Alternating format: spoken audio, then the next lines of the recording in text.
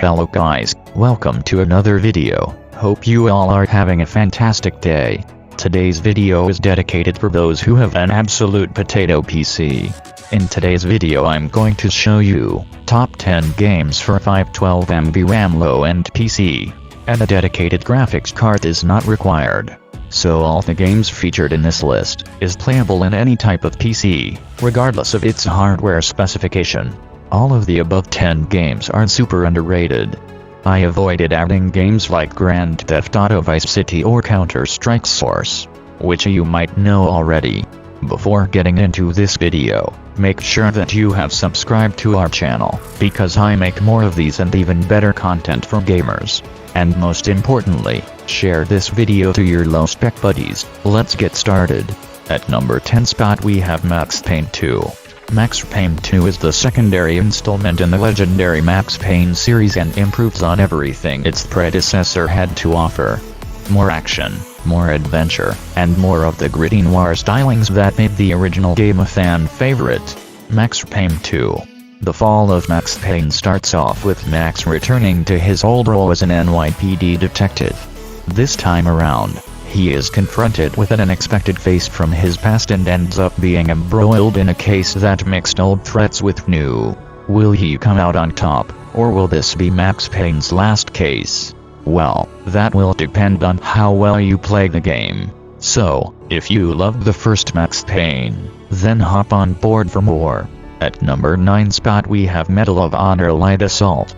Medal of Honor Light Assault is simply the best game in this genre, owing to its detailed authenticity. This game is praised for its attention to detail and use of real battles from the era to recreate the war as it was fought. In Medal of Honor the player plays the part of Lieutenant Mike Powell of the U.S. Army Rangers. Having met as Operative Major Grillo, the pair embark on dangerous secret missions in theaters of war as diverse as Algiers and Norway. The final battle takes place on the beaches of Normandy, with the D-Day landings. Many of the game sequences are taken from World War II films, lending an air of authenticity to the game. All weapons, uniforms, aircraft, and equipment are meticulously recreated, helping to place the player in the thick of the wartime action. In addition to the single-player plot, multiplayer games such as Capture the Flag and Free for All are available. Definitely worth a try, if you love classic World War games. At number 8 spot we have Battlefield 2. Battlefield 2 is a first-person shooter set in a fictional conflict between superpowers in Asia and the Middle East. The game focuses on squad tactics and team play rather than solo action. 21st century weapons and vehicles are carefully simulated to give the game a realistic feel. Although the multiplayer servers mainly shut down in 2014, there are enough unofficial alternatives available that it's still possible to find a game. If you've played other games in the Battlefield series, the core gameplay of Battlefield 2 will be familiar to you. Two teams battle over a modern map with the dual objectives of capturing control points and killing enemy characters. Each death reduces the opposing team's number of spawn tickets, essentially lives, while capturing control points prevents the enemy from spawning in those areas.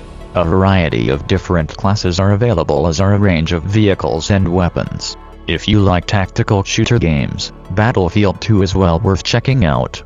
It's aged a little as any ultra-modern game does, but there's still a lot there. At number 7 spot we have Hitman Blood Money. Hitman Blood Money is the fourth installment in the Hitman series. Like its predecessors, this game consists of a series of missions in which the enigmatic Agent 47 uses disguise, stealth and technology to hunt and kill a series of targets. Not only Agent 47 take out his victims with a wide range of different weapons, there are also ways to make each of the deaths look like an innocent accident. Like the previous entries in the series, Hitman Blood Money is a cross between a stealth-based game and a puzzle game. Figuring out the interactions of different elements in the level is the best way to take out the target and avoid being spotted. You may have to play a mission a few times to get the best result, but fortunately the varied methods of accomplishing the job mean that each level has some replay value. The mechanics are similar to previous games, but with some refinements. Hiding bodies is now easier and more effective, for instance.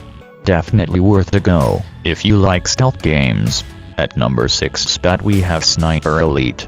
Sniper Elite is an engaging first-person shooter platform that displays excellent levels of realism and an action-packed plot. This action game boasts superior graphics, and numerous camera angles enhance the experience of the user. This is a single-player system and there are no less than 28 exciting missions to encounter along the way. Players can also compete against their friends. Sniper Elite is unique in the fact that it is able to support up to 8 different players while in competition mode through the use of a dedicated LAN connection. However, it is possible to complete all missions with a single player. Other courses such as Deathmatch, Team Deathmatch, and Assassination are also available. The first-person views are said to be intensely realistic and the use of non-linear gameplay signifies that each mission will be slightly different every time it is played. Sniper Elite has also taken physics into account. Users will have to adapt for gravity, wind speed and even breathing to carefully time each shot. Close quarters combat offers a third-person point of view so that the player can more accurately do battle with others. As it is set during World War II, this game is a great option for fans of history. Definitely worth the try if you like realistic sniper games. At number 5 spot we have CRYSIS. CRYSIS is a futuristic first-person shooter that will immerse you into some action-packed missions in a remote island that has been invaded by an alien race. As a member of a highly qualified squadron, you'll take part in the US government plan to recover the island and wipe out those nasty aliens. Graphics are simply stunning and the sound effects, like radio conversations, add another touch of realism. The game gets you quickly involved into the adventure, leading your way through several objectives and letting you taste different weapons, along with your character's abilities. These special skills, together with the high level of interactivity with the environment, make CRYSIS a very open game where every situation can be solved in several different ways. Sometimes the environment is too dark and you'll hardly see anything, but fortunately you can turn night vision on to make things a bit clearer. Also, you'll need some patience before actually starting to play, as it's highly recommended to watch the cinematic intro and get a glimpse of the whole story. CRYSIS is a must-have for all FPS lovers. Varied missions, lots of action and a very attractive story that each player can enjoy in their own way. Let's move on to number 4 spot. At number 4 spot we have Far Cry. Far Cry is a first-person shooter that includes plenty of open-world exploration elements. As Special Forces veteran Jack Carver, you're alone on a tropical island, searching for a missing journalist. Opposing you are squads of mercenaries as well as other, more exotic opponents. You'll have to explore the island, take down the bad guys and get to the bottom of the case. Far Cry pioneered the combination of open-world exploration and first-person shooter action. It was a critical success and spawned a series of sequels. The concept isn't as innovative today as it was when the game was first released in 2004. After all, success breeds imitators, but the game is still tense and exciting. Even compared to modern games, parts of it are well polished, such as the genuinely challenging enemy AI. If you've played other first-person shooters, you won't find too much out of the ordinary in the controls here, although the gameplay focuses a little more on stealth and tactical thinking than on heavy firepower. Jack Carver is certainly tough, but he's not indestructible. Although dated by modern standards, the graphics are still attractive. Far Cry isn't the state-of-the-art visual tech extravaganza it once was, but the gameplay is still engaging enough to return to, or dive into for the first time. At number 3 spot we have Borderlands. Borderlands video game is set in the space western science fantasy and is published by the 2K Games for multiple platforms. The game is a sequel to the World of Warcraft. There are different characters available in the game while the player has to select one of it. The character that the player will select in the game will represent Vault Hunter that will travel to the distant planet namely Pandora in order to research on its history. Each hunter in the game has a unique set of abilities. The players will then research the planet as well as also bear its wildlife and other dangers such as the military groups that will attempt to stop them. The player has to complete different tasks, quests, and miss protons in the game. It will result in the in-the-game money and experience. The player can then utilize this money to expand his skill tree. If the player goes ill, he will lose some of his money. The game is divided into several maps. Some maps allow the players to move the powerful ardent vehicles in order to deal with the severe resistance. The game's open world allows the players to freely roam and explore it. Definitely worth trying if you like action-adventure games. At number 2 spot we have Fallout 3.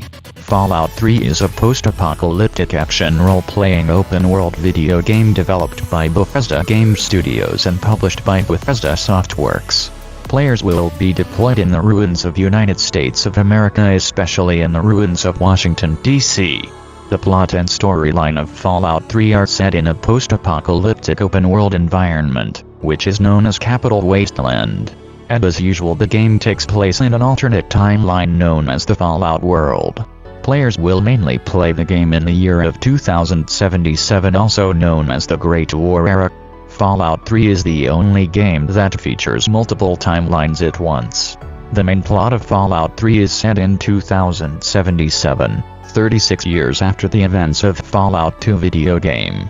A new high-tech armor suit was introduced into Fallout 3 known as Fat Man, allowing players to survive in space. Unlike any other game, players can control any character in the game, or players can control soldiers of the Vault 101 in Fallout 3. The main and primary objective is to destroy Enclave once and for all, so as to free humanity in Fallout 3.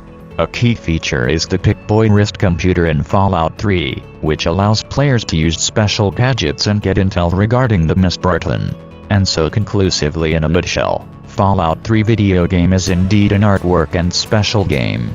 Definitely worth the try if you like post-apocalyptic action role-playing game. At number 1 spot we have Call of Duty World at War. Call of Duty World at War is a first-person shooter video game developed by Treyarch and published by Activision. World at War features more mature themes than previous Call of Duty installments and is open-ended, giving the player multiple ways to complete objectives, but otherwise generally plays like previous iterations of the franchise. Players fight alongside AI-controlled teammates. They help during the game's missions by providing cover fire, shooting down enemies, and clearing rooms for entry. The game's return to World War II-era warfare reintroduces weapons and technology. The player gains access to these over the course of the game, but may only carry up to 2 weapons in addition to hand grenades. Weapons and ammo from fallen foes or friendlies can be picked up to replace weapons in a player's arsenal. Players can also find weapons with additional attachments, including guns equipped with rifle grenades, telescopic sights, and bayonets. A character can be positioned in one of 3 stances: standing, crouching, or prone, each affecting the character's rate of movement, accuracy, and stealth. Using cover helps the player avoid enemy fire or recover health after taking significant damage, as there are no armor or health power-ups. When the character has taken damage, the edges of the screen glow red and the character's heartbeat increases. If the character stays out of fire, the character can recover. When the character is within the blast radius of a live grenade, a marker indicates the direction of the grenade, helping the player in deciding whether to flee or throw it back at the enemy. This game also features different game mode like zombies and multiplayer. Zombie mode also consists multiplayer and a large variety of maps. Multiplayer is truly first-person shooter and features ranks and classes similar to that of older Call of Duty games. Definitely worth trying if you are an hardcore Call of Duty fan.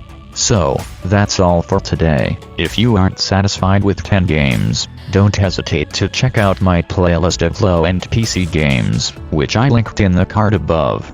So, thanks for watching guys. If you are new to this channel, don't forget to hit the subscribe button and press the bell icon, so you won't miss our future videos, and I'll see you all in the next one. Bye.